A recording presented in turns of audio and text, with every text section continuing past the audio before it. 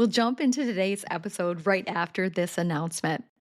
For over 13 years, something remarkable has been happening.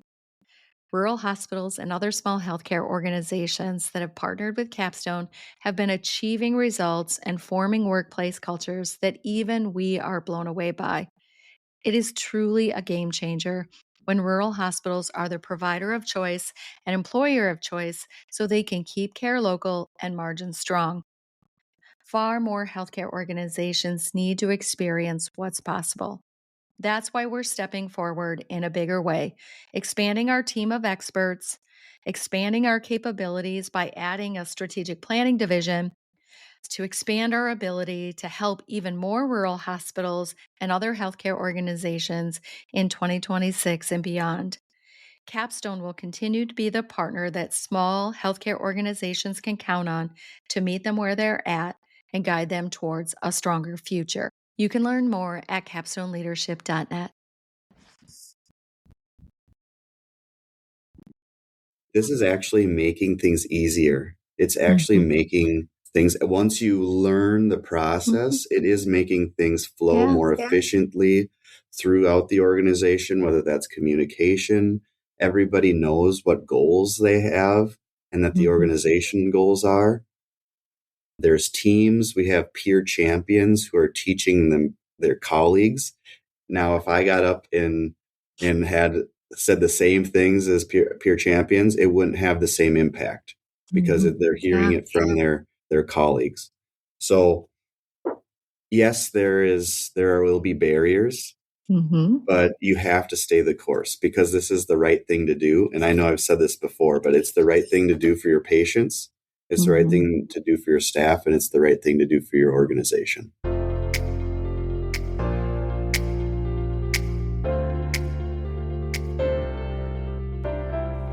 Welcome to Culture Change RX, the podcast for healthcare professionals that are committed to creating a thriving workplace culture, improving the experiences of employees and patients, and ultimately unlocking their organization's next level of potential.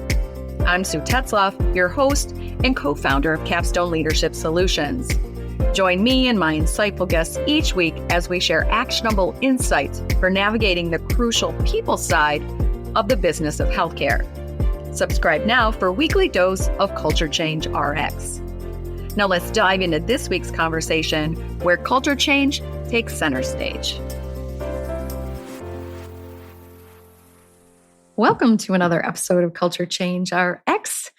Well, in rural healthcare, strength is never accidental. It is built through some hard work and commitment and aligned leadership, disciplined execution, and intentional strategy. And so today we welcome back Ben Davis, CEO of Glencoe Regional Health, where we're going to be exploring what it truly looks like to be an organization that's really committed to being stronger, more agile, and really positioned to serve its community well into the future. So welcome back, Ben. And as usual, we're going to start with having you tell the folks a little bit about yourself, Glencoe Regional, and also your experience initiative. So welcome, Ben. Yeah, thanks for having me, Sue. So I am Ben Davis, President and CEO at Glencoe Regional Health. We are a critical access hospital with 3 clinics, as well as a 108-bed long-term care facility and a 40-apartment independent living center. So our vision is to be your preferred healthcare partner for life, and we take that very seriously. So from birthing services all the way to end-of-life care. Yeah. And your organization, it's been not quite 2 years ago now, I guess, initiated an initiative that you call the Experience Initiative. So maybe tell the folks a little bit about what that is if they haven't listened in on the first 4 episodes that chronicle what's been going on there with your Experience Initiative. But what is it, and maybe why did you start it? Yeah, well, it all started when we realized that there was an opportunity for us to be more structured.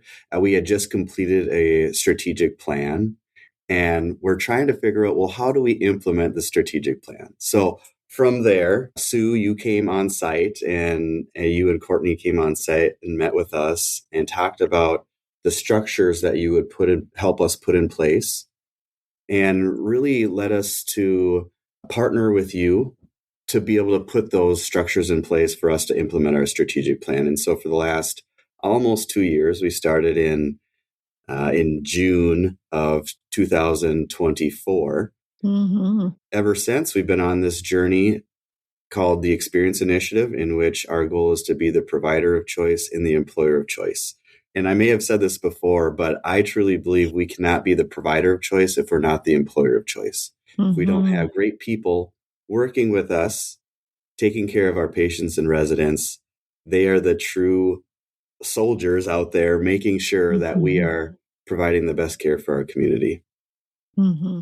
And that's why we're great partners, actually, because we so believe that too. And it would be really hard for us to use the approach that we use to guide you if you didn't have that belief as well, that while we're working on becoming the provider of choice, in parallel, we really have to become the employer of choice at the same time. So it really is a synergistic thing. And, we believe that to be true 14 years later with dozens of healthcare organizations that have gone on a similar journey. So folks may not know this if they're new to Capstone Leadership Solutions, but when we work with an organization, some of those structures that we help put into place is actually what we call 4 systems: a leadership system, a team system, a change system, and an achieve system, which is really about a goal system of setting and achieving goals. So usually these check-ins kind of focus on what's happening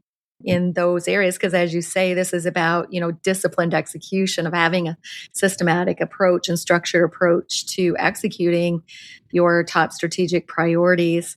So let's maybe start with the leadership piece.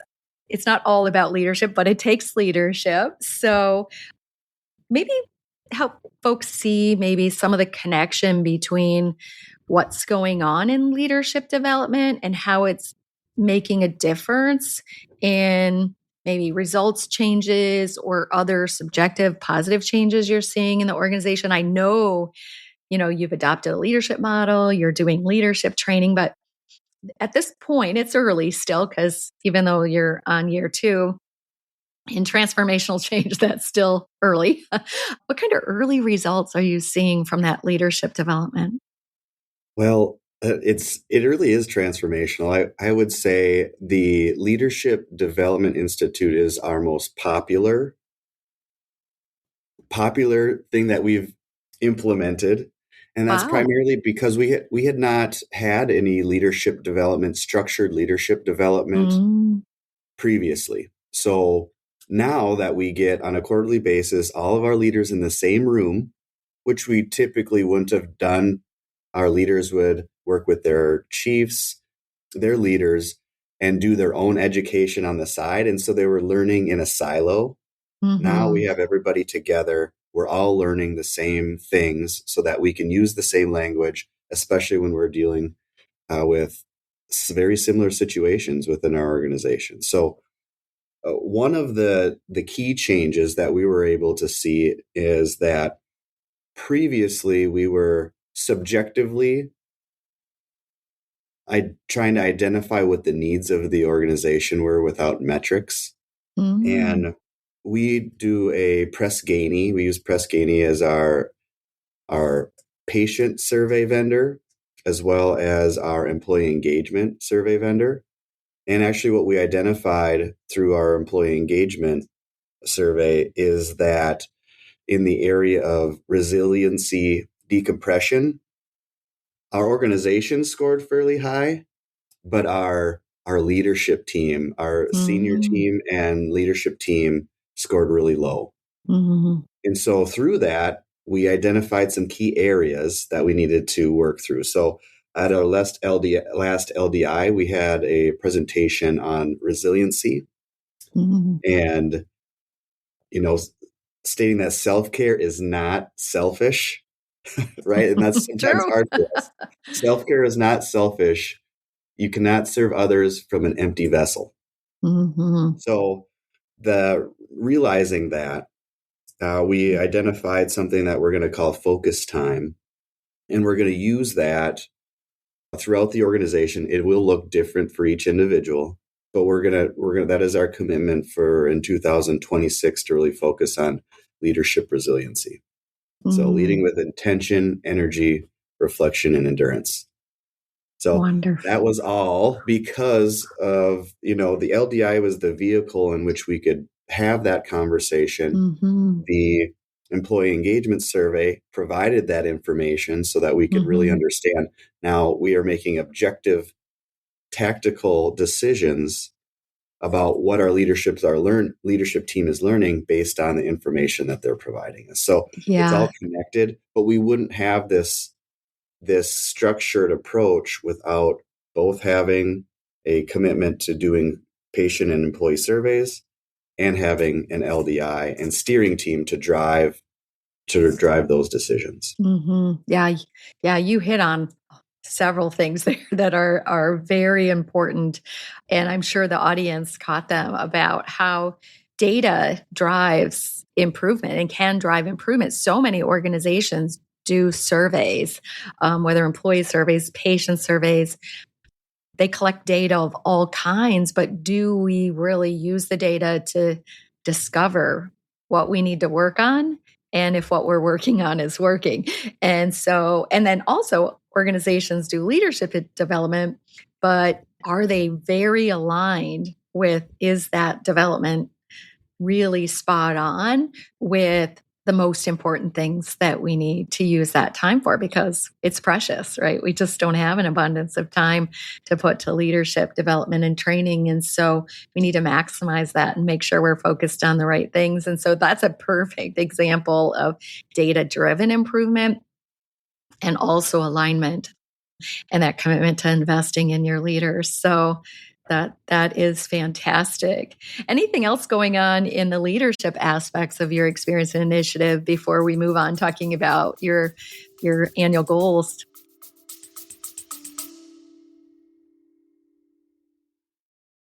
Pausing here to get healthcare executives excited about Capstone's 14th annual Healthcare Executive Forum. Many small and rural healthcare organizations are operating under conditions that naturally strain margins, workforce stability, and long-term competitiveness.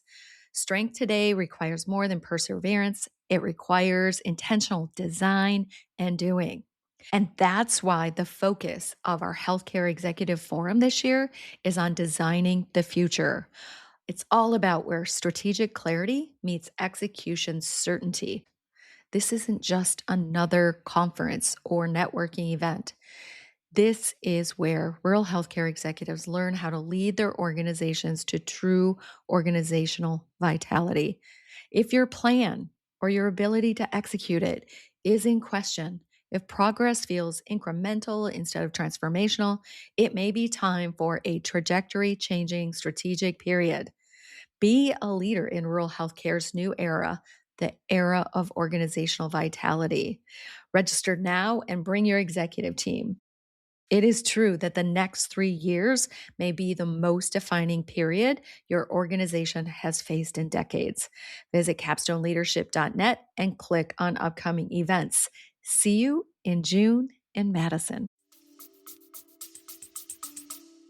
Yes, as part of our last LDI, we also identified through the survey that you asked us to do, Sue, and the Capstone team, our leadership survey, identified that our leaders were looking for information on managing change and sustaining change. And so we also had an LDI on that and have some new tools that we're looking at, some technology to streamline some processes. And, Nice.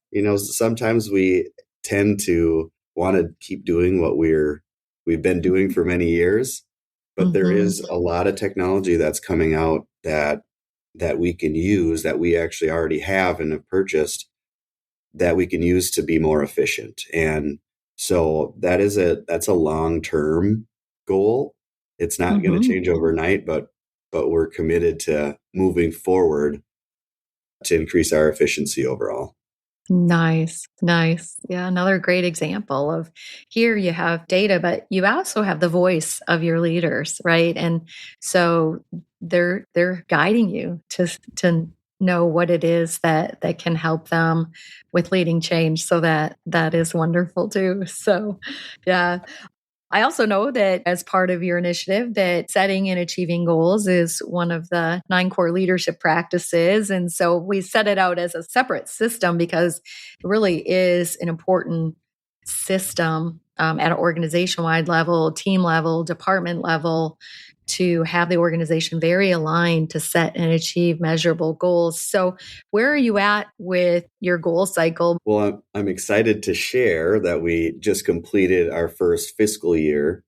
So calendar year 2025, we just finished our first full goal cycle. So that was exciting. Because we started Very with a mini exciting. one, right? A small test to Yeah, change. yes, a small test. But, to really plan and prepare, we really needed to have almost a few months. And what we did was we aligned our goal cycle with our budget cycle. That's perfect. So Yeah, that's that, exactly right. yeah. So, I mean, as part of the budget cycle, that is really where the goals should be identified, because there is some planning, lots of planning that needs to go into Yeah. the goal cycle. And so we completed 2025. We met our goals. We learned a lot. We didn't meet all of our goals, which again, I don't know if you should always meet all of your goals, because then they're really not challenging goals. Right. So No, that's right. we had some stretch goals, and we actually had have then identified for 2026 some change in the structure. So really, after meeting with your team, Sue, is really focusing on people, service, quality equals growth and finance. Yeah. So we really are finding that is the path to success, and have identified that in our 2026 goals. So I'm excited for it. And then just to see our department leaders implementing their goals, looking at data, structuring their goals into SMART goals, and communicating through the communication boards, through their communication plans about how they're going to achieve those goals over the year. So it's coming together. I'm excited to see what 2026 will hold. And yeah, it's a journey, but it takes consistency. Certainly consistency. Yeah. In my work now, in the length of our company now, 14 years, it's really fun to see what this can look like in year 14. This is something that can serve your organization for years. And you made a good point that after the first full year of doing this, you were able to see not only like what should our goals be for 2026, because it does help inform that a lot, but also what do we need to do to really optimize our goal process, of setting and achieving goals, and the activities around that, such as more engagement with the staff, more communication, engagement of the staff at the department level, maybe, or things like that. So, yeah, I always say make each one better than anyone before. So, your goal cycle will be one of those things where you'll make each goal cycle better. And yeah, you're already doing that. You're Yeah, already doing it. it's really a beautiful thing when we all know what we're working towards. And I'm not saying that we're perfect, because there's challenges everywhere. But perfect really isn't the goal though anyway, right? No, it's but to be able to see progress visually, and that was something that we struggled with previously, is it's really all subjective. We don't have a measurement to say, are we winning or losing, or are we on our way there, other than the financial statements, which are more than of a guess. But if we're tracking, and we're tracking lead measures rather than lag measures, which are financials, through the 4 disciplines of execution, then we're on our way to success, right? We're proactive rather than reactive. Absolutely. It's really great, like just talking to you about this today, is to have a language to talk about it. Like you and I can talk about it because we're kind of speaking a jargon or a language. We say, make it yours, make it better. You could change, what you call certain things or whatever, but we have concepts and language around it. And if you and I can do that, after a year and a half or so, you can imagine in your organization how employees and leaders can start doing that too, and what benefit that's going to have over time when we can speak the language of measurable improvement together and use the tools and the concepts together to move our organization forward. So it really is foundational to Yeah. execution. Yeah. Well, I'm a big sports fan, and so I like to use, sports as a metaphor, and a team that practices together wins together. Yeah. Right? Yeah. They have to practice together. Practicing individually by yourself isn't going to get you anywhere. Not for team sports, for sure. Not for team sports. So that's what we're doing in LDIs. We're practicing together. We're learning together. Oh, that's such a beautiful analogy of, LDIs. Your leadership development is really practicing together. Yeah. Yeah. And it's also, there's a lot of relationship building that happens there too, which I think when teams practice together, they're strengthening their relationships as well, not just their performance. So that's a side win too. So, yeah.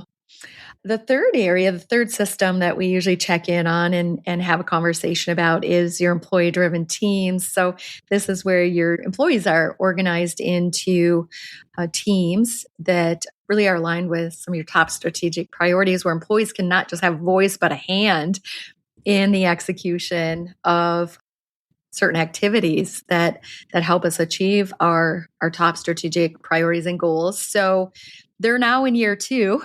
And in year 2, they actually had a hand in, learning to develop those plans. That creates a little more ownership in what they're doing. In year 1, we kind of hijacked and created the plans for you just to set those foundational pieces in place. But in year 2, and just for sustainability long term, they had to learn how to do that. And they're going to do it again for year 3. But have you noticed that, year 2, the teams are functioning differently than year 1? And if so, in which ways? Yeah, so it's interesting, and we just started. When I say just start, when you say just start, it feels like we just started. But our team leaders are great leaders within our organization and do a phenomenal job. And I don't know that we told them everything they were getting into right away. It's hard to That explain, isn't it? Like, you don't know what you don't know. well, to not only are you moving initiatives forward, you're working through change management, but you're also working with people who you may have not worked with before, and that you don't have. They're not on your team and your employees. So it's a cross-functional team of employees throughout the organization with totally different knowledge of the organization and different perspectives, which are valuable. Yeah.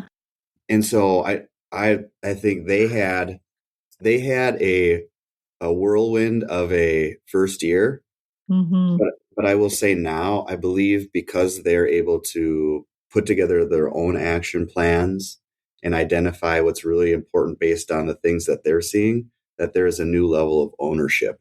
There's a new level of ownership of the action plans. And it's fun to see. Yeah. Yeah. You're not supposed to have a favorite child, but in our 4 systems approach, this is my favorite child. The teams.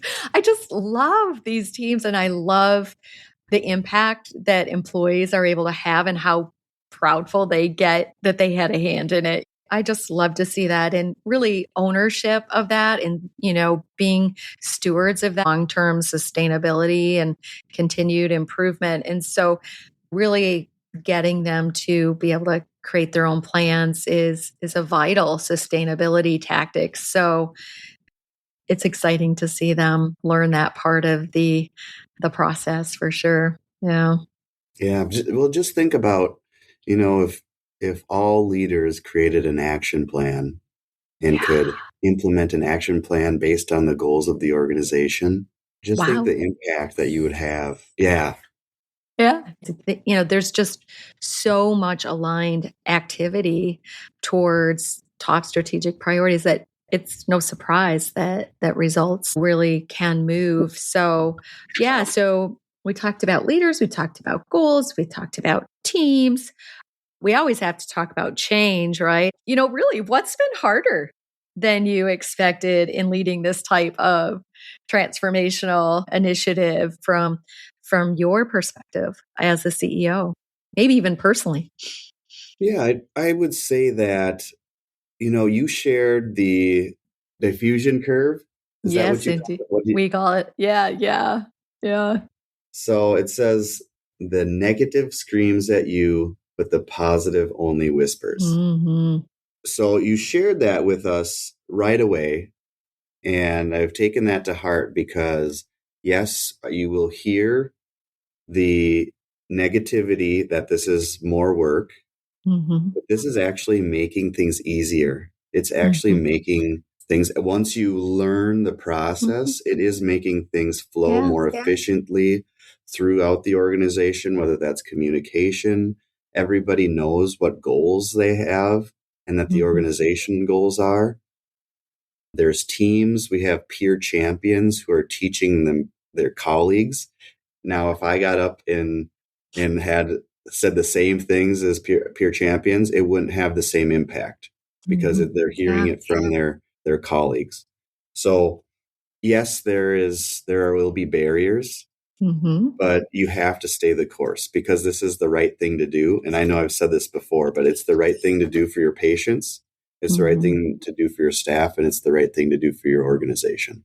Hmm. Yeah, yeah. I always like to say, you got to pick your hard. It's hard to lead a healthcare organization no matter what, right? It's just a complex business. It really is. We're in a complex industry, and it's hard to lead an organization that's struggling or reactive or firefighting, right? That's a different kind of hard.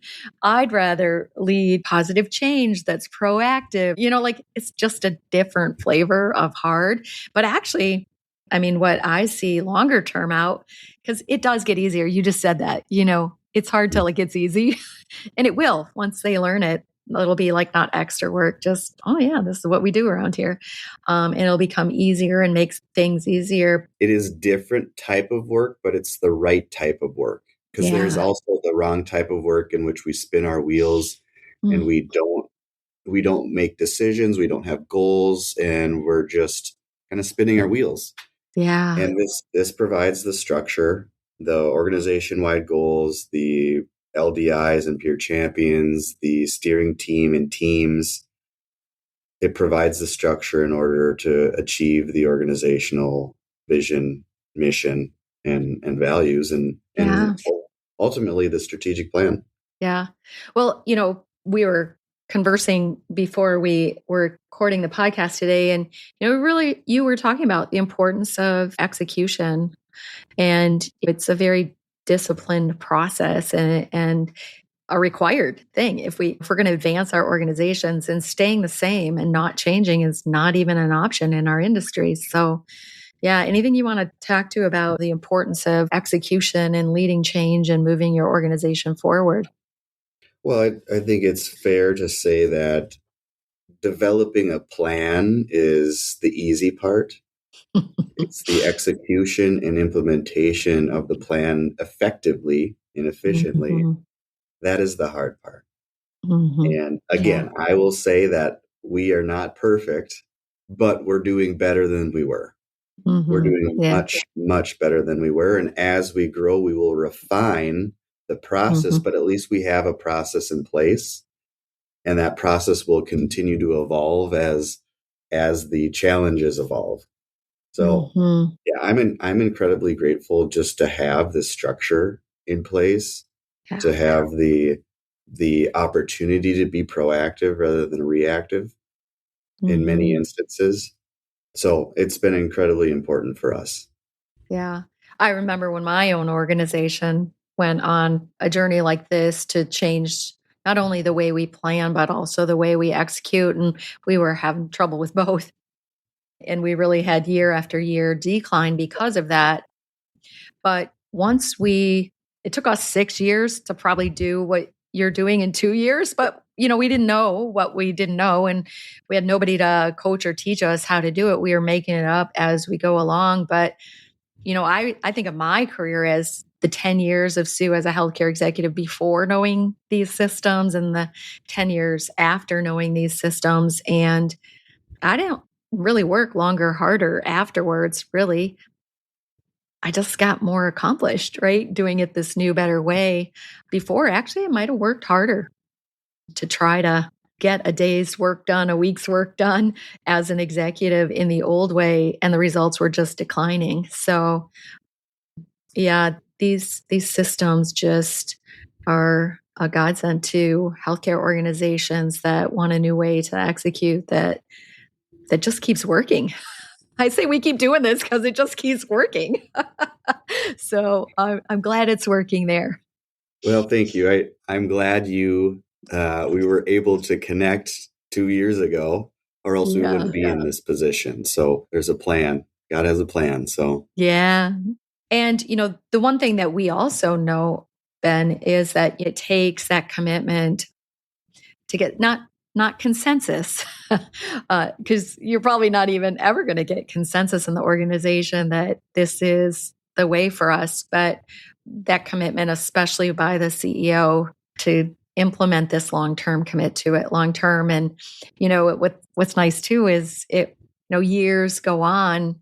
This is a legacy. I mean, this is something that, when you leave or retire from there, that it can live on beyond your time there, because it's not really up to you to be the one to make sure it always happens. These systems will get so embedded that, it'd be hard to bust them out of there. So that's a good thing.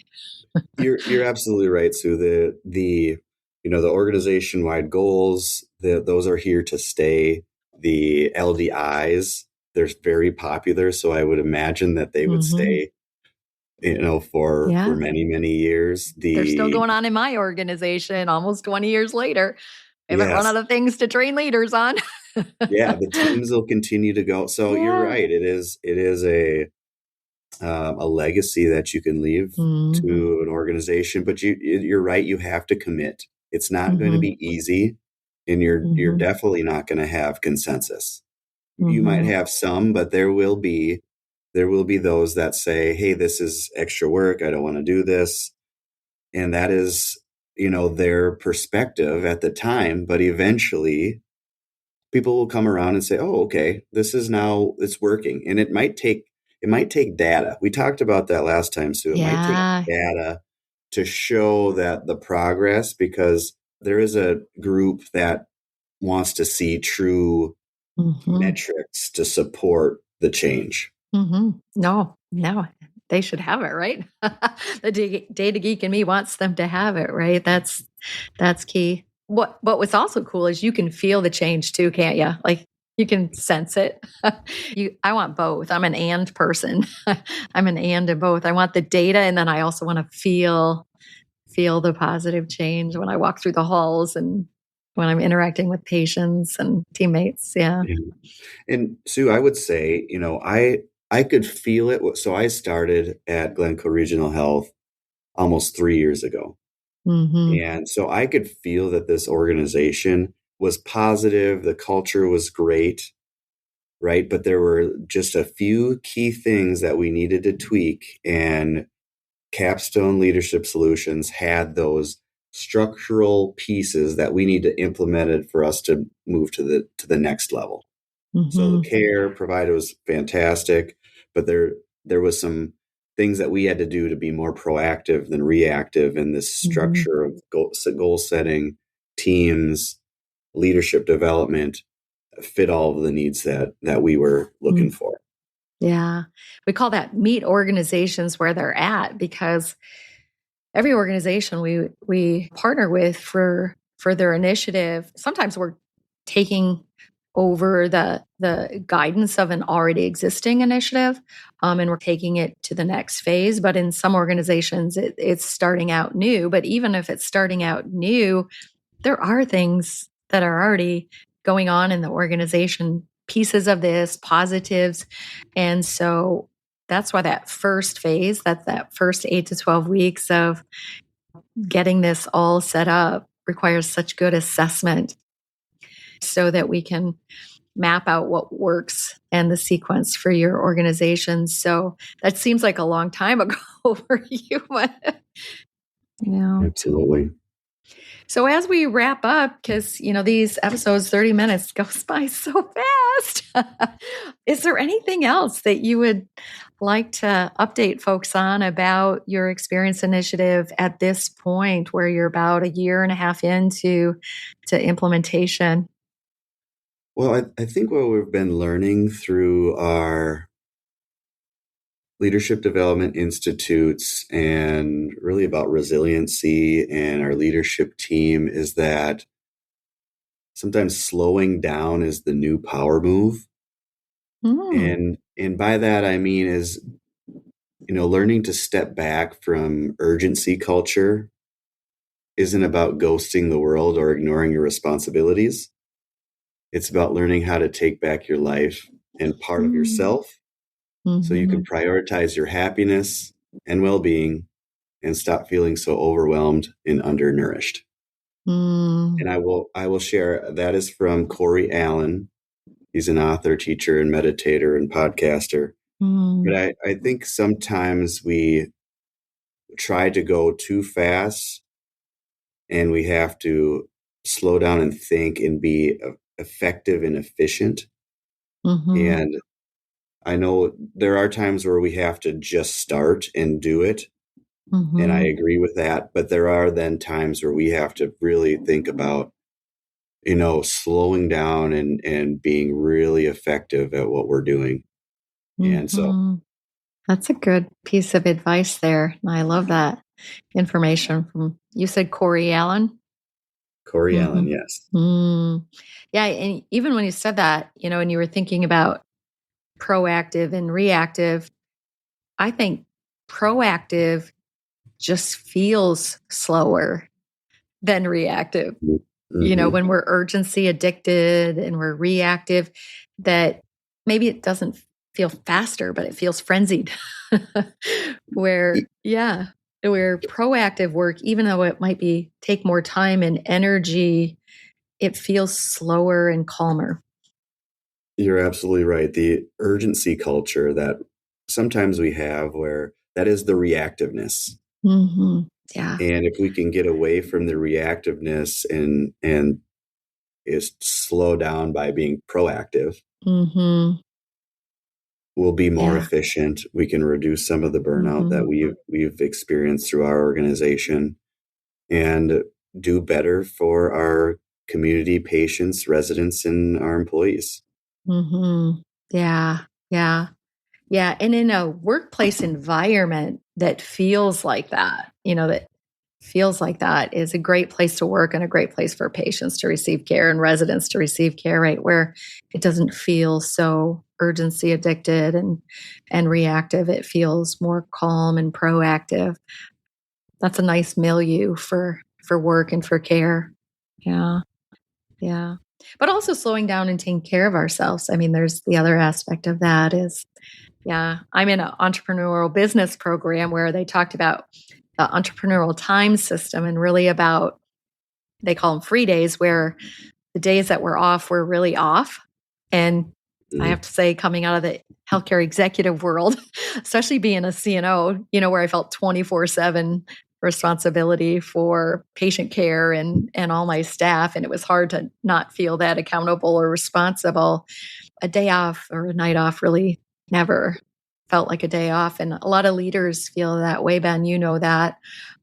We're just very accountable, responsible people typically that rise up to these roles in healthcare leadership. And so I come into business ownership with that same mindset, right? And what I am having to learn all these years later is that for me, even personally, slowing down and when I am off, I'm off, makes me way better when I'm on. I mean, way better when I'm on. I'm even surprising myself how I feel and how I perform when I really take time to be off. Agreed. And that's what we're trying to get after. And it's not that you're doing less work. Oh, no, I'm not.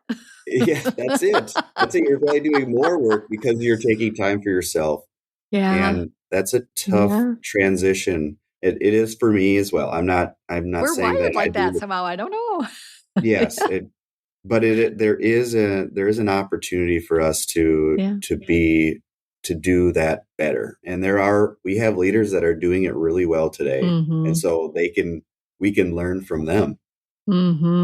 Yeah. Yeah.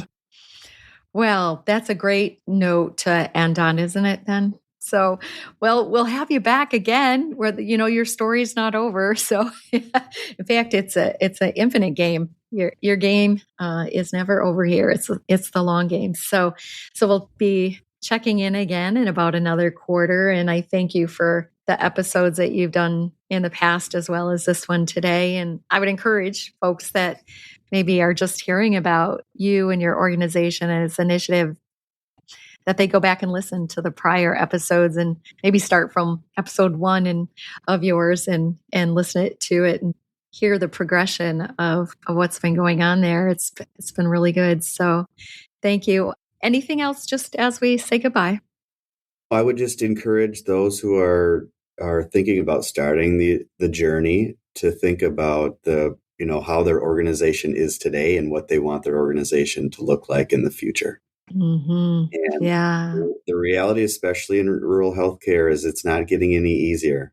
No, it's just not. And so we have to be very, very diligent about how we and what decisions we make at our organizations and how we support our teams. Yeah. And so if there is anybody out there that wants to contact me, I certainly would be happy to have a conversation with anyone who's interested in leadership solutions. That's a nice offer, because I know that, executives like to talk to other executives about what's working for them and how it's working and the help they're getting for that. So, whether you're building a new building or taking on an initiative like this, or doing some other things that are very strategic, it's good to not go it alone and to get support from your peers and networks. So, thanks for that. Would it be all right if I shared your contact information in the episode show notes?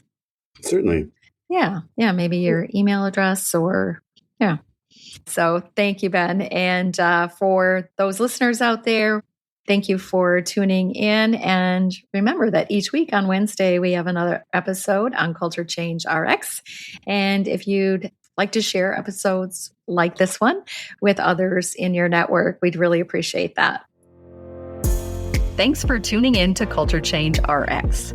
If you found value in today's episode and you are a believer in fostering change in healthcare, join us in making a difference. Follow, rate, and review our podcast on your favorite platform. Share it with colleagues and your network. Together, we can make a lasting impact. Until next week, keep inspiring positive change.